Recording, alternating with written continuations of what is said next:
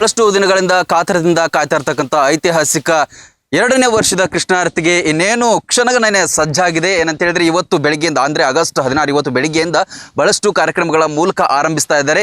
ಇದೀಗ ನಾಗಾ ಸಾಧುಗಳು ನಮ್ಮ ಮುಧೋಳ ನಗರಕ್ಕೆ ಆಗಮಿಸಿದ್ದಾರೆ. ಇದರ ಕುರಿತಾಗಿ ಇವತ್ತು ಒಟ್ಟಾರೆಯಾಗಿ ನಮ್ಮ ಜೊತೆಗೆ ನಿರಾಣಿ ಸಮೂಹ ಸಂಸ್ಥೆಯ ಮುಖಂಡರು ಸಂಗಮೇಶ್ ನಿರಾರನಿದ್ದಾರೆ. ಅವ್ರು ಏನು ಹೇಳ್ತಾರೆ ಕೇಳೋಣ. ಸರ್, ಇವತ್ತಿನ ಕಾರ್ಯಕ್ರಮಗಳು ಏನೇನಿದೆ ಇಲ್ಲಿ ಅಂತೇಳಿ?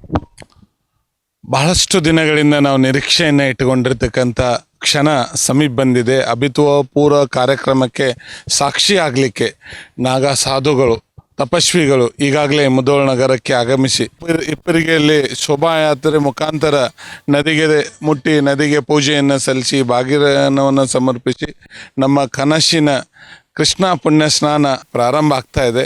ತಾವೆಲ್ಲರೂ ಬರಬೇಕು, ಭಾಗವಹಿಸಬೇಕು. ಕೃಷ್ಣ ಪುಣ್ಯ ಸ್ನಾನದಲ್ಲಿ ತಾವೆಲ್ಲರೂ ಪಾಲ್ಗೊಳ್ಬೇಕು. ಸಾಯಂಕಾಲ 6 ಗಂಟೆಗೆ ಸರಿಯಾಗಿ ಕಾಶಿಯ ವಿಶ್ವನಾಥನ ಸನ್ನಿಧಿಯ ಪಂಡಿತರು ಆಗಮಿಸಿದ್ದಾರೆ.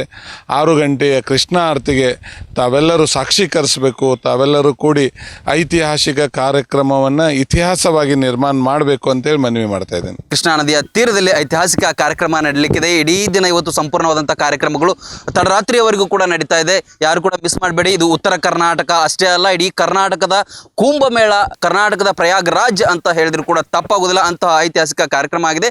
ತಪ್ಪದೆ ಎಲ್ಲರೂ ಕೂಡ ಅದರಲ್ಲಿ ಭಾಗವಹಿಸೋಣ, ಸಂಭ್ರಮಿಸೋಣ. ಈ ವೈಭವದಲ್ಲಿ ಎಲ್ಲರೂ ಕೂಡ ಸಾಕ್ಷಿಯಾಗೋಣ. ಕ್ಯಾಮ್ರಾ ಪರ್ಸನ್ ಪ್ರಜ್ವಲ್ ಪೂಜಾರ್ ಜೊತೆ Mahantesh Hiremath, run TV news, Mudhol. Run TV news videos ನೋಡಲು ಸಬ್ಸ್ಕ್ರೈಬ್ ಮಾಡಿ, ಬೆಲ್ ಐಕಾನ್ ಪ್ರೆಸ್ ಮಾಡಿ.